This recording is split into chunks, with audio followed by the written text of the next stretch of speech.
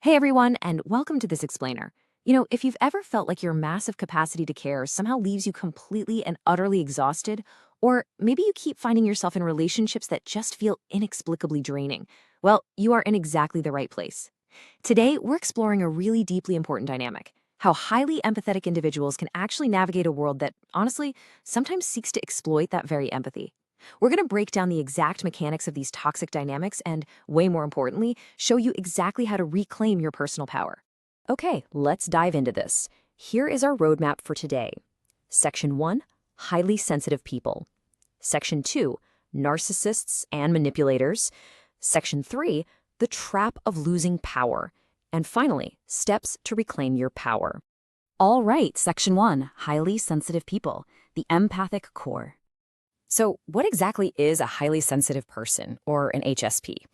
Basically, it's an individual with a heightened central nervous system sensitivity to physical, emotional, or social stimuli.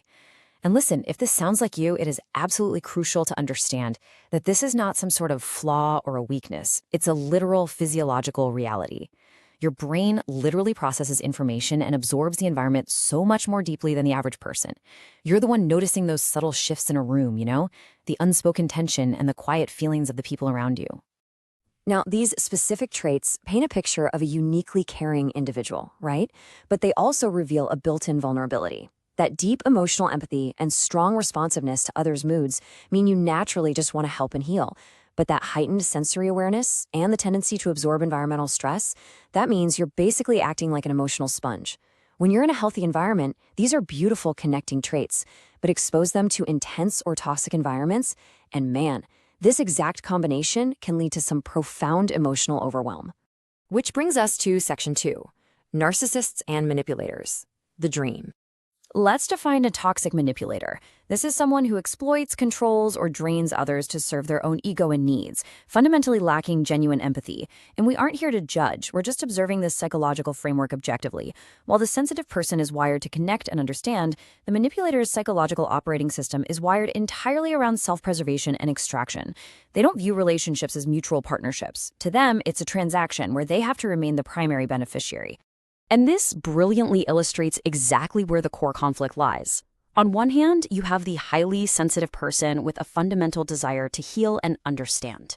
On the other hand, the toxic manipulator operates purely on a desire to control and exploit. It's just a complete misalignment of human intentions.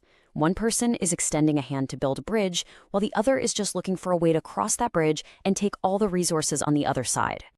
Moving to Section 3, The Trap of Losing Power. The toxic dynamic.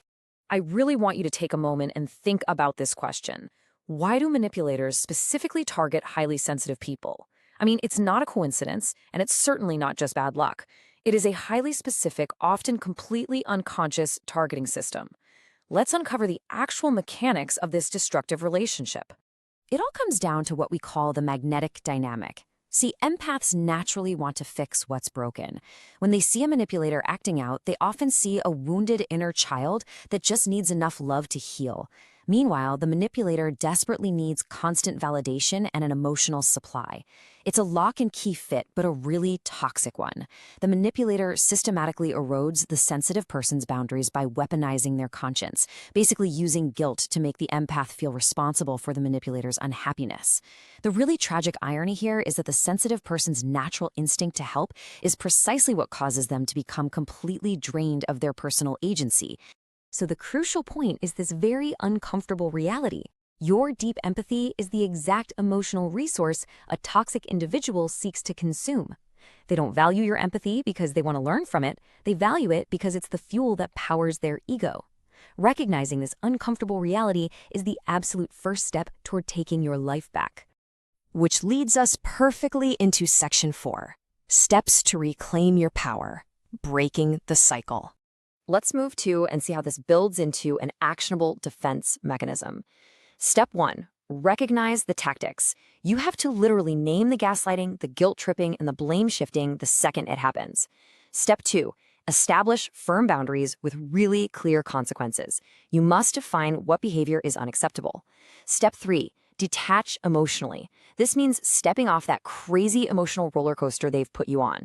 And finally, Step 4, Prioritize internal healing by taking all that incredible empathy you've been giving away and pouring it right back into yourself.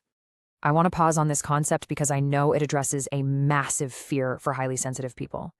Emotional detachment does not mean you stop being a caring person. It just means you stop allowing their toxicity to control your peace.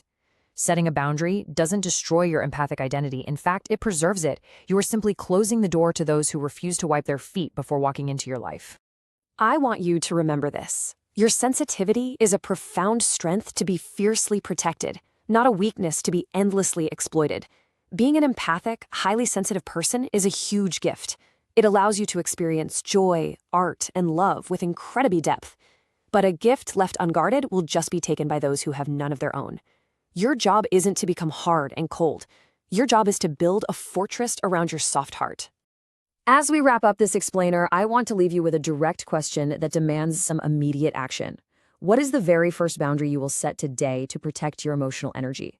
Because you've got the knowledge now, you understand the dynamic, and you have the tools. It's time to reclaim your power.